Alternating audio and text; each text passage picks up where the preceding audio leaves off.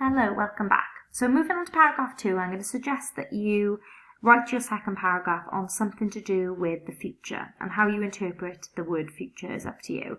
This could be explaining what parts of the course you're most looking forward to studying, and if you know, it might be worthwhile putting in here some of your intentions, some of your aspirations for after you complete your degree, such as what career area you hope to go into. So things to definitely do in this area: think about referencing modules and particular subject areas that are covered by all of the universities to which you're applying.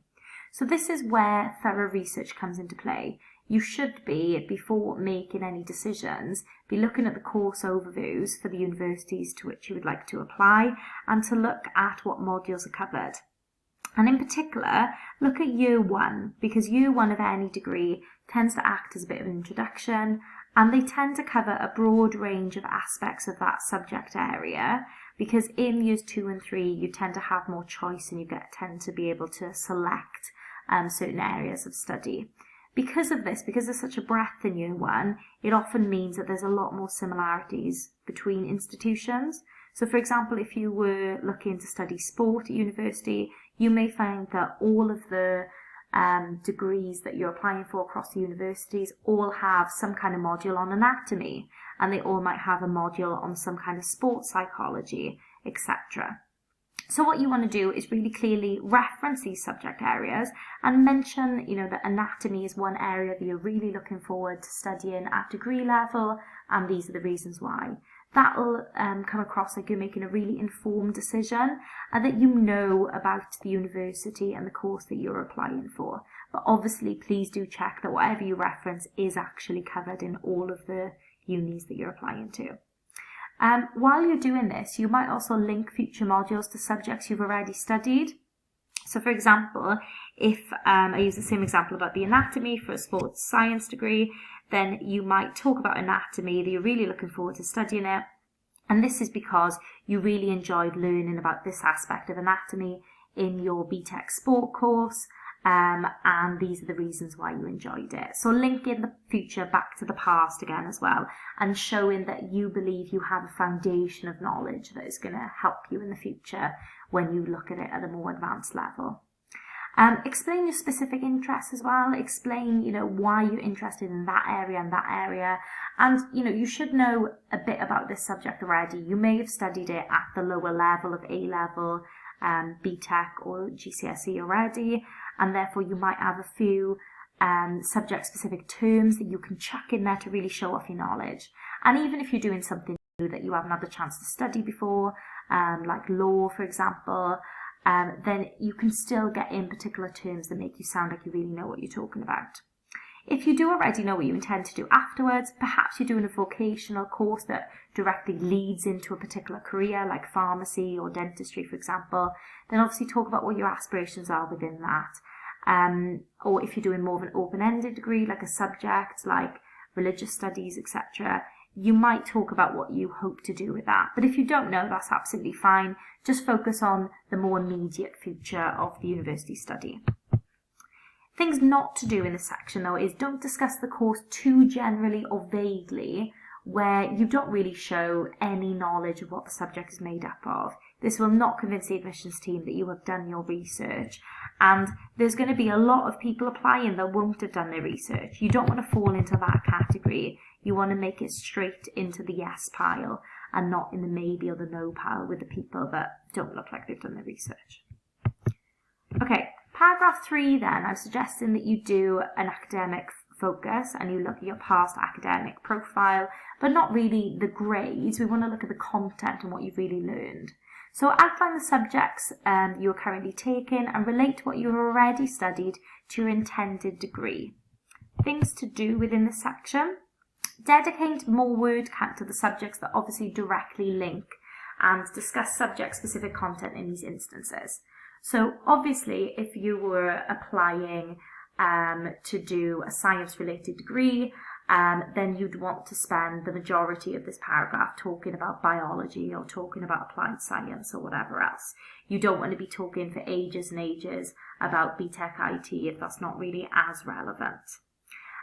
Link prior knowledge to future course content where possible. Okay, so show you know the modules to look well researched, okay? Similarly to before, you might slip in a few extra things in here and say, you know, this is what I've studied, which will be relevant too, and I also really enjoyed this aspect of my current A-level, which I know will be relevant for, and link the past to the future a little bit more. But what's important to remember as well is still discuss those less relevant subjects, but make them relevant to discussing skills you've demonstrated with examples. So even though maybe you might be studying A-level art and that doesn't really link into what you're applying for university because you did it because you just love the subject and you enjoy it, you still would have acquired many skills from studying art, such as creativity and organisation and communication, etc.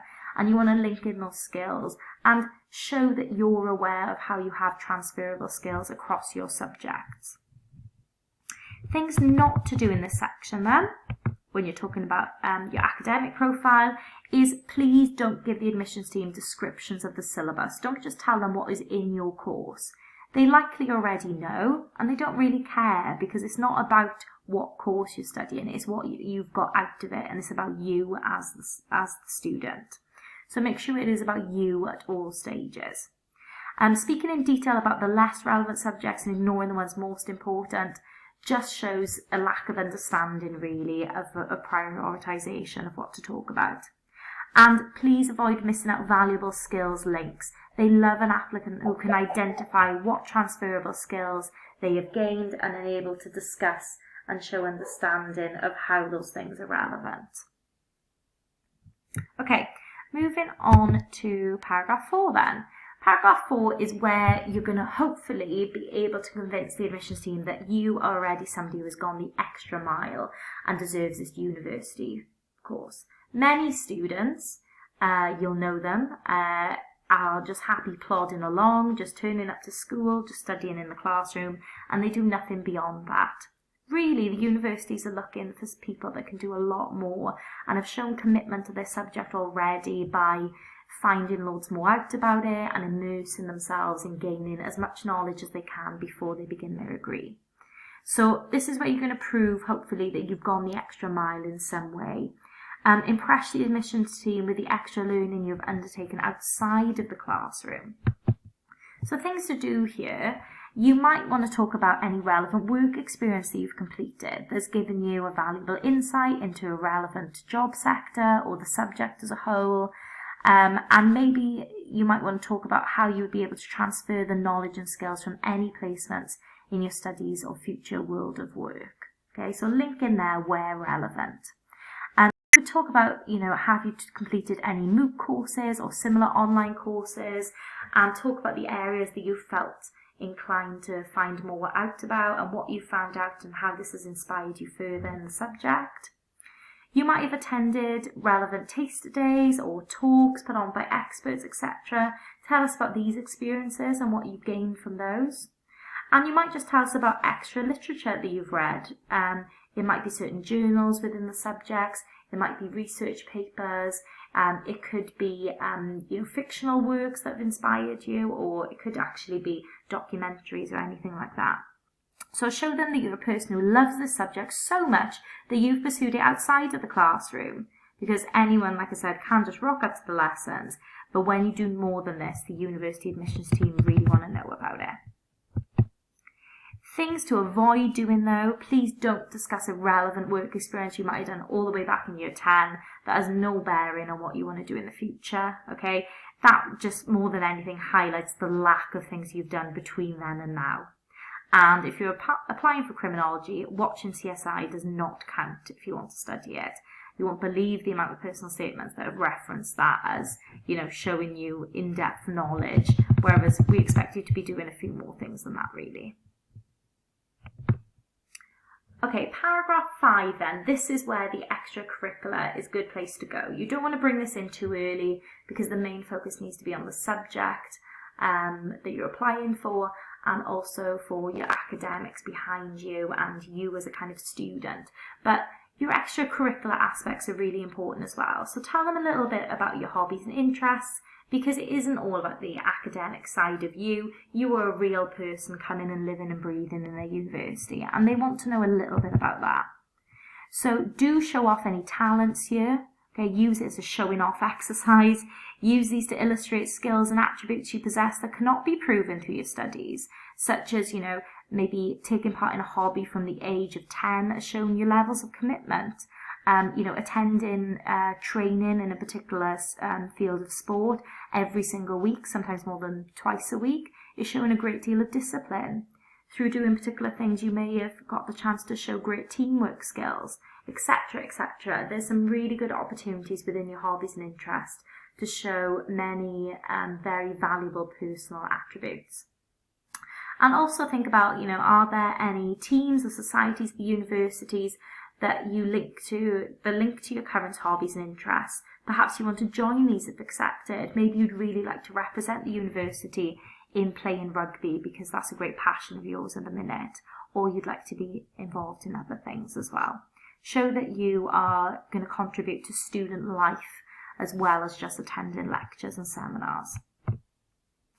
But things to avoid, please don't make this section too big, okay? So whilst your extracurricular activities may say a lot about you and they may be really important to you, it is about your academic profile. You're applying for an academic subject, so that does say more. So strike the balance here. Yes, these little snippets say some lovely things about you, and it's really lovely to bring them in. It's important to bring them in, but don't get the balance wrong and it tip too much into talking about these kinds of things. Okay? And another thing is, avoid just listing activities you like. I like playing football, cricket, playing tennis in the summer, blah, blah, blah, blah, blah. That's not what's important. It's what you gain out of it and what those things show about you.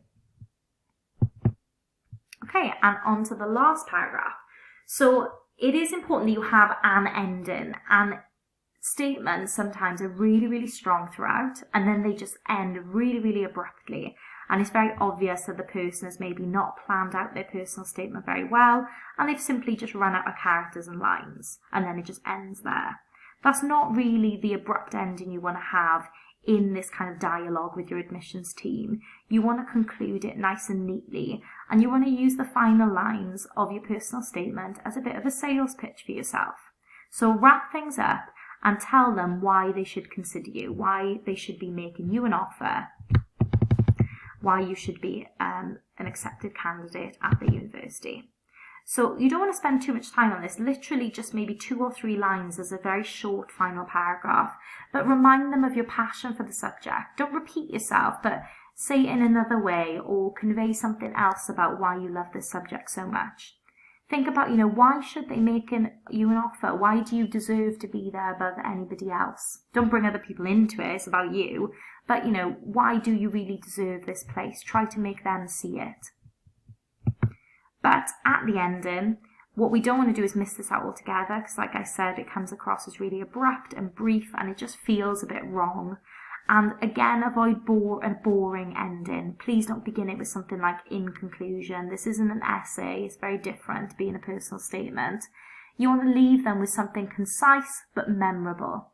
This is the last thing they will read before putting you in the yes or the no pile. So you want to leave them with something really that says something about you. Okay, and that's it. So those are the main 6 sections. I've told you basics about the process, basics about the format. So that's enough to kind of get started with, really.